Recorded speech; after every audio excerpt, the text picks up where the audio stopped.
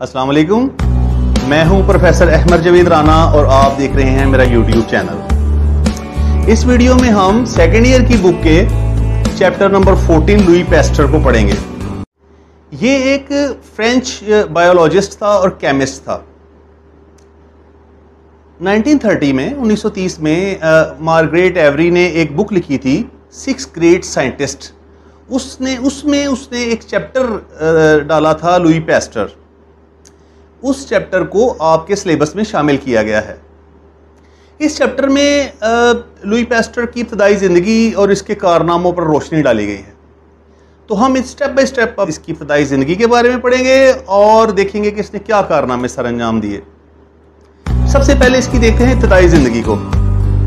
तो ये फ्रांस के ज़िला जूरा के एक गांव डोल में पैदा हुआ था और इसके फादर जो थे नेपोलियन बोनापार्ट की आर्मी के अंदर एक सोल्जर थे, लिहाजा मुहिब्बे वतनी और बहादुरी इसको विरसे में मिली थी।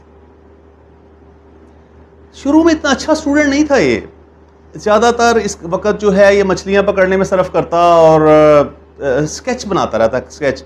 बट ग्रेजुअली क्या हुआ कि इसको अंदाज़ा हो गया, जब इसका थोड़ा शऊर बिल्ड हुआ तो इसे पता चला कि किस तरह इसके वालिदैन मुश्किल से इसके अखराजात पूरे कर रहे हैं तालीम के, इसकी तालीम का वज़न उठा रहे हैं। तो फिर ये सब कुछ छोड़ के अपने काम में जुट गया और इसने बहुत मेहनत की और डिग्रियां हासिल की आर्ट्स में और केमिस्ट्री में। केमिस्ट्री पढ़ने का बड़ा जनूनी था ये, और इवन के केमिस्ट्री के टीचर्स से ये ऐसे ऐसे सवाल पूछता जिसके वो जवाब ही ना दे सकते। बहरहाल 1848 में इसको स्ट्रासबर्ग की यूनिवर्सिटी में डिप्टी प्रोफेसर के तौर पर मुकर्रर किया गया और फिर स्ट्रासबर्ग जो यूनिवर्सिटी थी उसके सरबराह की बेटी के साथ ही इसने 1950 में शादी कर ली। इतना हार्ड वर्किंग ये आदमी था कि इसको शादी की डेट ही याद नहीं थी। वो तो एक दोस्त ने इसे आगे बताया और फिर इसे लेकर गया। तो ये थे इसके इब्तदाई ज़िंदगी के हालात जिन्हें मैंने मुख्तसर आपके सामने रखा है। अब देखते हैं इसकी पैट्रियोटिज़म के मुहिब्बे वतन कितना था ये। तो कुछ वाक़यात मैं आपके सामने रख देता हूँ जिससे आपको अंदाज़ा हो जाएगा। 1848 में इसने अपने आप को नेशनल गार्ड में भर्ती करवा लिया और इसकी जो कुल जमा पूंजी थी 150 फ्रैंक्स, जो कि उस वक़्त एक बड़ी अमाउंट समझी जाती थी, और वो भी इसने नेशनल डिफेंस के फंड में दे दी। और जब फ्रांस और जर्मनी के दरमियान 1970 में एक वार की सिचुएशन बनी थी तो इसने खुद को फिर एज ए सोल्जर पेश किया। वो अलहदा बात थी कि 2 साल पहले इसे फालज का अटैक हुआ था और अभी तक उसके असरात थे इसकी बॉडी पर, और फिज़िकली इस पोजीशन में नहीं था कि इसके एज अ फौजी रखा जाए, इसलिए इसे रद्द कर दिया गया। लेकिन जब फ्रांस और जर्मनी की जंग छिड़ी तो जर्मनी की बोन यूनिवर्सिटी ने इसको डॉक्टर ऑफ मेडिसिन की डिग्री दी हुई थी। इसने वो डिग्री लुटा दी कि अगर जो मुल्क मेरे मुल्क पर हमला करेगा मैं उसकी डिग्रियां भी नहीं लूँगा। तो इधर से अंदाज़ा लगा लें कि ये एक पैट्रियोटिक फीलिंग रखने वाला शख्स था। अब इसके कारनामे देखते हैं। सबसे पहले इसने सबसे बड़ा इसका कारनामा ये है कि इसने ये साबित किया कि जानदार जो हैं वो जानदारों से ही वजूद में आते हैं, बेजान चीज़ों से जानदार वजूद में नहीं आते। इसने बताया कि आप पानी को उबालें, जब जरासीम मर जाएं तो फिर आप इस तरह से उनके गिर्द जाली लगाएं कि फ़िल्टर होकर हवा आए और जरासीम पानी तक ना पहुंच सकें। जब ऐसा किया गया तो पानी में जरासीम पैदा ही नहीं हुए।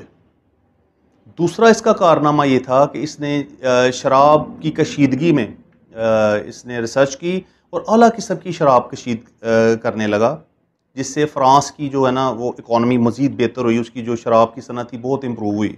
सबसे बड़ा इसका कारनामा इसने ये ईजाद किया, दरियाफ्त किया इसने कि जो ज़ख़म ख़राब हो जाते हैं और जो बीमारी पैदा होती है ये जरासीमों की वजह से पैदा होती है, और अगर हम जरासीमों को मारने में कामयाब हो जाएं तो हम बीमारी और ज़ख़मों के गले सड़ने से बच सकते हैं।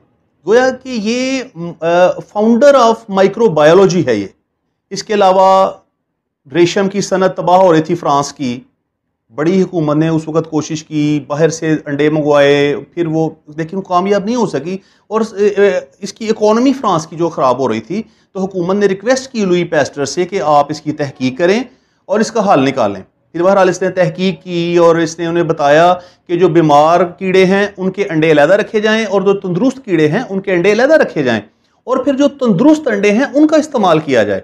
इसके अलावा उसने मजीद तजावीज़ दी कि जहाँ कीड़े रखे जाते हैं उस जगह को ओवर क्राउडेड होने से बचाया जाए, सफाई का ख़ास ख्याल रखा जाए, पेस्टिसाइड का स्प्रे किया जाए। तो इसने काफ़ी हदायत दी, जिसकी वजह से जो रेशम की सनत थी, जो कि बैकबोन थी फ्रांस की, वो दोबारा से ग्रो करना शुरू हो गई।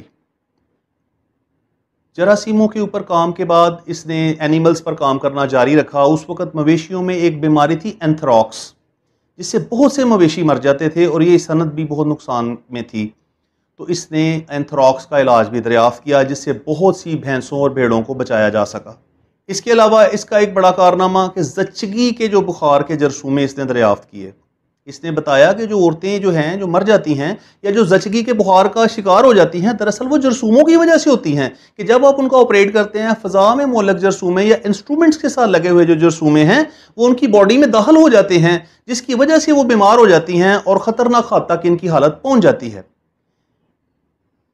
हल्काओं, सबसे पहली वैक्सीन जो इसने बनाई वो हल्काओं के ऊपर थी। एक हल्काए हुए कुत्ते जो हैं जब लोगों को काट लेते तो उनके अंदर भी हल्काओं पैदा हो जाता, लेकिन इसकी वैक्सीन ने जब इंजेक्शन लगाया गया हल्काए हुए कुत्ते को तो वो कुत्ता तंदुरुस्त हो गया और उससे बहुत से लोगों की जानों को बचाया जा सका। 1888 में इसकी खिदमात को देखते हुए एक इंस्टीट्यूट कायम किया, पेस्टर इंस्टीट्यूट कायम किया गया, और गलियों के नाम, पार्कों के, सड़कों के नाम इसके नाम से मंसूब किए गए। और इसके काम से दूसरे साइंसदानों को भी तरगीब मिली कि वो भी जरासीमों के ऊपर काम करें। चनाचे 1880 से 1890 के दरमियान जो डिस्कवरीज हुई वो मैं आपके सामने रख देता हूँ। यानी जिन बीमारियों के जरसूमे तलाश किए गए उनका मैं जिक्र आपके सामने कर देता हूँ। Consumption, diphtheria, typhoid, lock jaw, cholera and Malta fever. इतनी बीमारी, इतनी रिसर्च, इसके अलावा इतनी दरियाफ्तें हुई, इतना वर्क हुआ जिसको यहां मैं बयान नहीं कर सकता। इसीलिए तो किसी ने कहा है कि पास्टर बीमारी और मौत की हकीकतों को मफूकुल फितरत जहानों से आलमे फितरत में ले आया। इस अजीम साइंसदान ने 1895 में 73 साल की उम्र में वफात पाई, लेकिन इसके कारनामे हमेशा याद रखे जाएंगे। तो स्टूडेंट्स, मैंने लुई पास्टर के बारे में, उसकी जो इब्तदाई ज़िंदगी, उसकी पैट्रियोटिज़म और उसकी जो दरियाफ्तें हैं उनके बारे में जो हक़ाइक़ थे मुख्तसरन मैंने आपके सामने रख दिए हैं। मुझे उम्मीद है कि काफ़ी फ़ायदेमंद होंगे, आपको समझ आ गई होगी। अपनी नेक्स्ट वीडियो में हम इसकी एक्सरसाइज करेंगे, शॉर्ट क्वेश्चंस पढ़ेंगे, इसके सिनोनिम्स पढ़ेंगे। तो तब तक के लिए मुझे इजाज़त दें। अल्लाह हाफिज़।